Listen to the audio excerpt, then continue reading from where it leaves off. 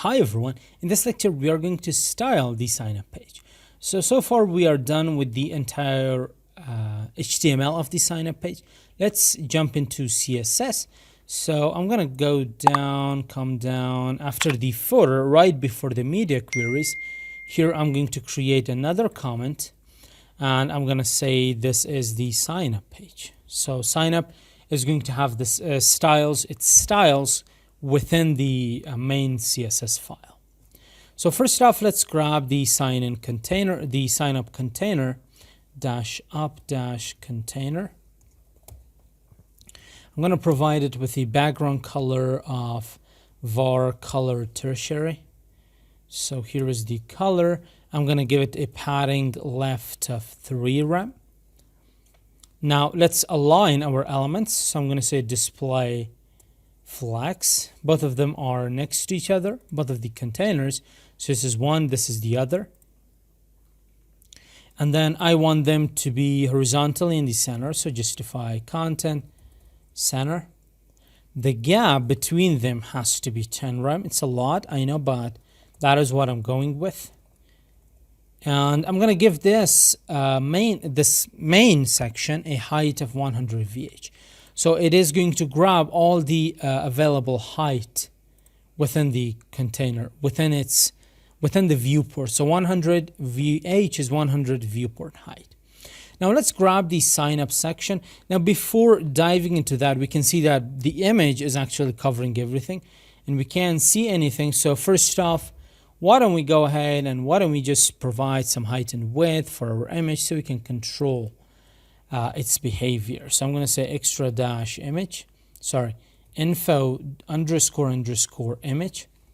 I'm going to say height should be 50% and width should be 100%. And I'm going to say dot extra info image height 100% of the container, width also 100%, object fit should be cover. Let's save that. Let's see. So now it is a little bit smaller than before. So we are going to basically jump into styling this. So here is the sign up and here is this is the form. This is the image. Let's jump into styling actually the sign up. So above the image, I'm going to say sign dash up. This is a class. So this is going to have a padding top of 2 rem. Padding dash top. This is going to be 2 rem. I'm going to give it a height of 100% of the height of its container, which in this case is going to be just 100 VH. Let's save these. And now you can see it just came down a little bit, not because of the padding. So the content is going to be flex items. So I'm going to say display flex, flex direction. Before providing flex direction, let's take a look at it. Both of them are side by side, but I want them to be on top of each other. So I'm going to say flex direction column. The gap is going to be 2 rem. Let's dive into the sign up form. So sign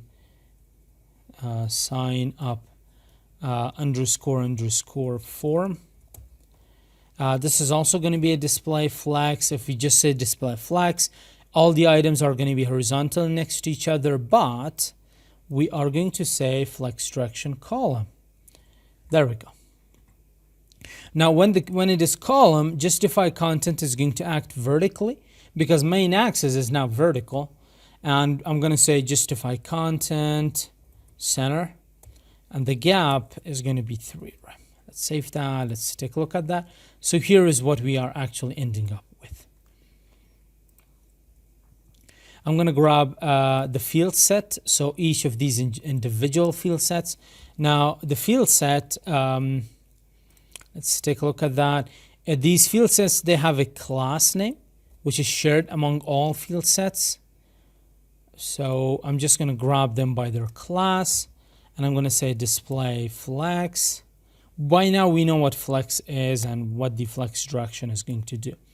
And I'm going to provide a gap of 2 rem. border. Now field sets, they have a border by default. We are going to get rid of that. So this is what we're ending up with. Now the fourth field set, which is going to be this one. So this is the first one, the second one, the third one, and the fourth one. For the fourth one, we don't want the flex direction to be column because this doesn't look cool. We want the items to be side by side, but the rest of them, you can see that the flex direction for them is going to be column. So I'm going to say field set,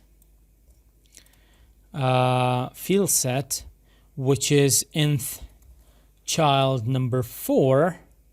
For that, I'm going to say flex direction row. Save that. Let's take a look at that. Okay. Field set, this display flex. It should be applying on it. So let me just go ahead and inspect it. Let's see what is happening here. So here is the field set. It does have that. So this is the field set. Okay, flex direction column, not column. All of them are not column, but I want this to be column. Fourth child. Oh, the issue is because field set, even though it is the fourth field set, but it is not the fourth child because of this H3. Now it is the four of type. So if we just take into consideration the field set element type, which is field set, then of course it is the fourth child if we take into consideration the type. But if you're just saying, okay, child number 4 is actually this one. So because this is the first child, the second one, the third one, the fourth one. And that's why you can see that the password is actually now side by side. That is not something that we want. Now, we have talked about the nth child and nth of type. Nth of type, it considers the type of the element. So if any element does not fall into that category, it is just going to be dismissed. So this H3 doesn't fall into the category of field set, so it is dismissed. So the first child, first of type is going to be this one, second of type, third of type, and the fourth of type. So I could say either child 5 or nth of dash type, and I'm going to say 4. Save that. Let's take a look at it. Boom, it works perfectly fine. Let's grab the labels and just provide some styles for the labels as well.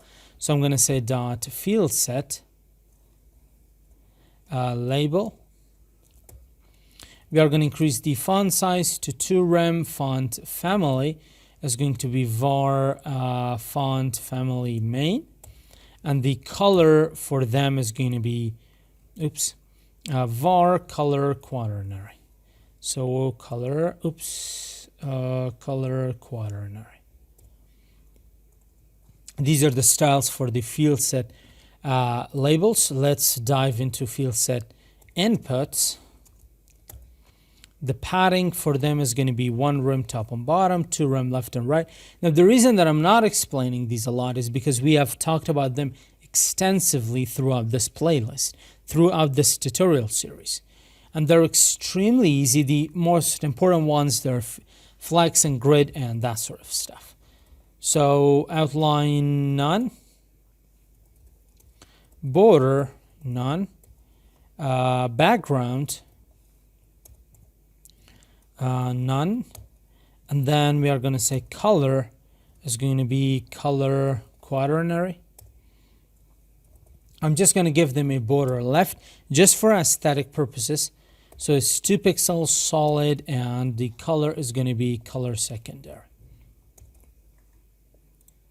Let's save that. So here we go. Our styles, they're getting to look like the final result. And next up, let's go ahead and grab the checkbox. So the checkbox is small. I'm just going to go ahead and I'm going to provide it with some height and width So I'm going to grab these input, but because it is a checkbox, I can use an attribute selector, and I can use the attribute type of checkbox. There we go. Now it has been selected. The height, I'm going to give it 2 rem, and the width, I'm going to give it 2 rem. Save that. It is check input that has a type of height width. Set 20 rem. It's not being applied on it.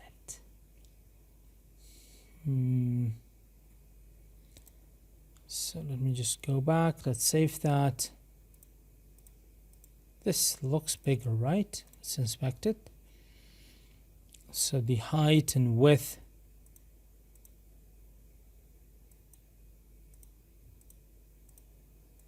So it's actually the width. The width is 2 rem. Height and width. What am I doing wrong here? Let me get rid of that. Am I not selecting it correctly? Checkbox, it has that. So it has a width of 2 rem. I'm not sure what is the issue here. Why is it not getting enlarged? So if I say 20 rem, okay, now it is bigger. I'm just going to keep it at 2 rem. Maybe it is because of this image. It doesn't have enough space. It shouldn't be because of that. I mean, that is just silly. Okay, but this one, it's a little bit bigger. So let's just forget about it for now. We're going to come back to it later. So within this checkbox, we do have a paragraph. Now, if you recall, we didn't provide, where is the paragraph here? We didn't provide this paragraph a class. Now, that was on purpose. The reason for that is that there are actually another group of selectors in CSS, which are combinators or combinator selectors, which that's how I would like to call them. You could call them combinators or combinator selectors. Both of them refer to the same concept. Now, combinator selectors, they select elements based on different relationships. So we have already talked about one of the most used combinator selector. And for that, I'm going to zoom in. That's 3, that is 4. So you can see this space. Here is a space, right? So we have already talked about this. Now this space, this is actually a combinator. It is the space combinator, aka the descendant selector. So if you provide the space, it means whatever comes after the space is a descendant of whatever is before the space. So before the space, it is the parent. After the space, always, no exception, it is the child. Or you can think of it like this. On the left side of the space or descendant selector, it is the parent. On the right side of it, it is the child. We are using it a lot. It's like almost way too much, but that is what the meaning of it is actually is. So this space, come on, buddy. This space, this is actually a combinator selector with the name of descendant selector. Another combinator selector is this one that I've just created. This is the child combinator selector, and this selects the direct children only. So if within a section there were 5 divs, and each of those divs, they have, let's say, 2 more divs within them, and if you just say this one, it is just going to select the direct children. It is not going to select the grandchildren. So let me just demonstrate that for you in case I'm not going to provide the actual style. So let's say you have a div, you have a section. So I'm going to create a section, and let's say within this section you have a div, and within div you have another div. Now that combinator selector, that greater than sign or that angle bracket, it selects only the outer div. This is the direct child. So this is direct child.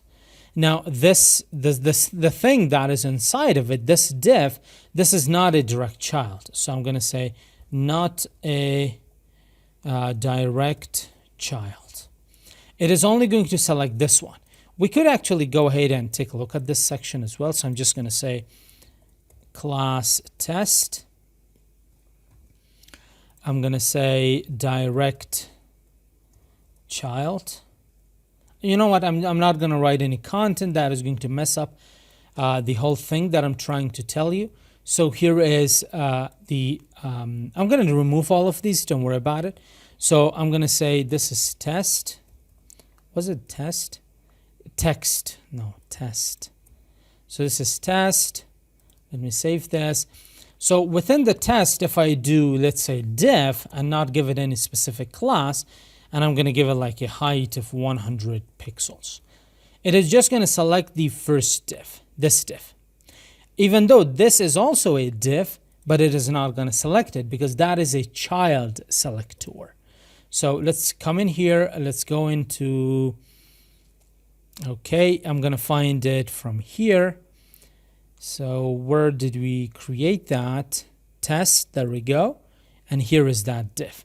So you can see that these styles, they have been applied on this div. But within the div, when we click on this not a direct child, there are no styles. There is no height applied for it. There is a browser default height, which is not that much. But for the direct child, you can see that we have already applied 100 pixels. And that is where this is coming from. Now, if you change this, now keep in mind there is something else that I just remembered that I need to discuss. You can see that there is a space here, and there is this space right here. These are not descendant selectors. Because there is already a selector, these spaces, they're just for readability purposes. So technically, you should write it like this. But when you save it, the code formatter is going to provide spaces because this code is more readable than this one. This is actually how it looks like. But when you save it, it is going to provide spaces because that is for readability purposes. It doesn't have anything to do with the child selector. In the case of field set space input, this is the child selector. So you can use only one combinator at a time in one particular spot. So when we have this space, we cannot also use the child selector. If we use that, one of these selectors is going to take precedence, and that is going to be the child selector. But when we have the child selector, these are no longer treated as descendant selectors. They're just spaces for readability purposes. So this is the child selector. We do have adjacent sibling and general adjacent sibling selectors as well. So this selector, again, it selects only the direct children, like only the flex items. It works in the same way. The concept is the same as with flex and grid. Only direct children are going to be converted into flex items or grid items. The children within those, they're not going to be considered flex items. Now, there is another unique one combinator. So we have talked about two combinator selectors up until now. Let me get rid of this. So now you know how this actually works. It was a little bit detour. So there is another combinator. So why did I have to tell you all of this? Is because there is another combinator selector. Now this paragraph, it could very well be in the case that you say form, you select the form by its class, and then you provide a space which is a descendant, and then you select or you say this field set, this terms field, and within there you could say paragraph. I'm going to show that to you right now. So beneath here, I'm going to say sign up form, and then this class, and then I could say paragraph. I mean, this very well selects that as well. So let me just get rid of it. So this paragraph that I'm talking about, this selector, it selects that paragraph because here is the form. Within the form, we have this field set. Within the field set, we have this paragraph. But there is actually another way of selecting that as well, and that is through the adjacent sibling selector. The symbol for adjacent sibling selector is a plus. So I'm going to grab this one, I'm going to copy that and I'm going to put it right here. So we have a field set class. Within that field set, we have a specific input type. The input type is type of checkbox. So let's find that. So this is our field set. This is the field set class. Let's scour this from the start. Is this scouring? Scour? Like, let's just go through it from the start. This is the field set. But do we have any input that has a type of checkbox? No. We are going to go to the next one. This is the field set, but the input type is email. For this one is password. But for this class of field set, the input type is checkbox. So here is the checkbox. Where is, or what is the sibling, the adjacent sibling of this input? Now, adjacent sibling in terms of CSS or HTML, it means the element that comes immediately after the element that we're talking about. So the adjacent sibling of this input is the element. There is only one adjacent sibling per element. Keep that in mind. The adjacent sibling of this input is this paragraph. Now, when we are talking about adjacent siblings and general siblings, we don't talk about their type. So even though one element is a checkbox, the other one is a paragraph, they are of completely different types, but they are siblings. So we have an input with type of checkbox. It has a sibling. Sibling is the element that comes directly after it. So immediately after the input, we have the paragraph. So paragraph is an adjacent sibling, is the adjacent sibling of the input. So the way that we can select that is I'm going to provide a plus and then I'm going to provide the paragraph. So this, what does this say? It says, let me zoom in. It says paragraph is an adjacent sibling of the input with the type of checkbox. And the input with the type of checkbox is a descendant of the field set class. Or from the other way around, this is how I explain stuff in my Udemy courses as well. In case you're interested and you want to basically dissect all of your CSS and really understand how it works, you can check out my Udemy courses as well. The link is in the description. So we have a field set. Now this is really annoying. So we have a field set class. The field set class has a descendant. The descendant is an input that has a type of checkbox.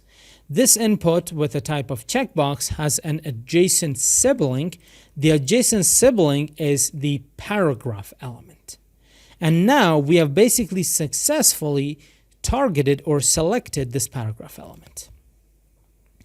And the styles that I provide here, so if I say font size of 1.5 rem, okay, rem, and I'm going to say color is going to be var color quaternary.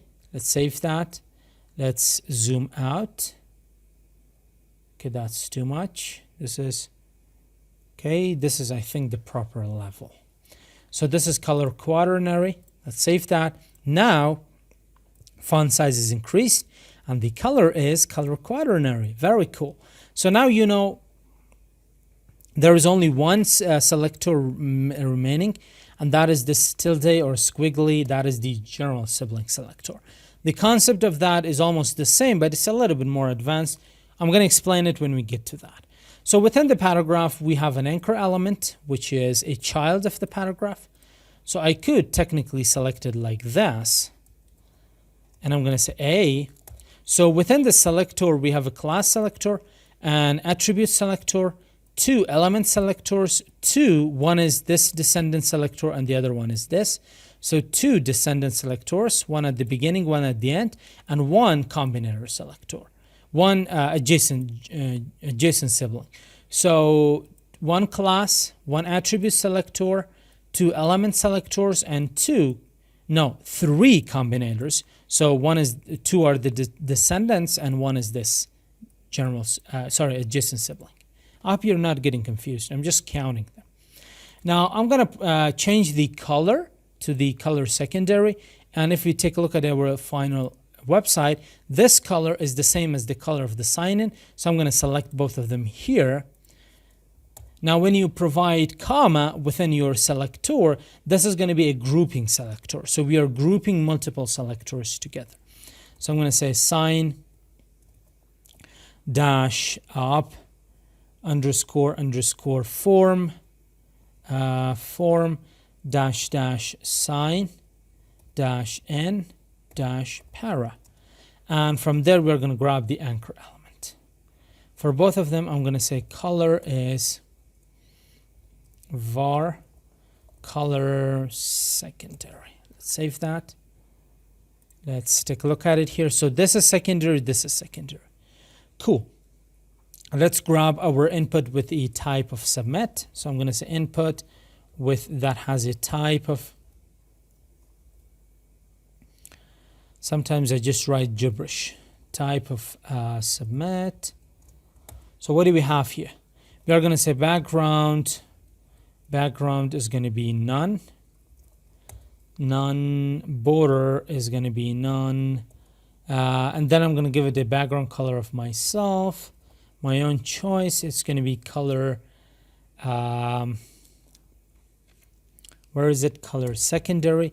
The color of the text is going to be color quaternary. There we go. The padding is going to be 1 rem and 2 rem, and the cursor is going to be pointer. Save that. So this part is also done. The only part remaining here is going to be that paragraph. So let me grab this class. Let me provide it here. So for the paragraph, I'm going to increase the font size to 1.5 rem. The color is going to be color quaternary. Color quaternary. And I'm going to say align self center. There we go. Save that. So everything is completed. We do have some overflow. Don't worry, we are going to fix that. So one part of the sign up page is completed. Let's dive into the other part. So we are now talking about the extra info part. So I'm going to grab the extra info container first. I'm going to say display flex. Display flex. Let's change the direction to column. Align items is going to be center. Justify content is going to be center. And gap is going to be 5 rem. Okay, so the height, I want it to be 100 VH. The background color is going to be var color primary, and flex basis. So I want it to take up only 40% of the space available to it. Now you can see now everything looks perfect because this was taking more space than it was supposed to take. Now everything looks cool. And now you can see that this checkbox is actually working correctly. That was because of that gigantic image right there. We have already provided the styles for the images. Let's just grab the content side of the extra info, for which we have this H2 and this paragraph. So I'm going to say dot extra info underscore underscore content. I'm going to use flex because these are really small components. And it's going to be a very good practice for you. So gap is going to be 1 rem, and align items is going to be center.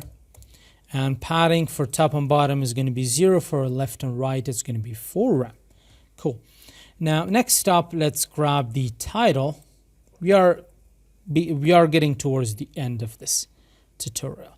So title, I'm going to change the font family to var font family, so font family main. The font size is var font size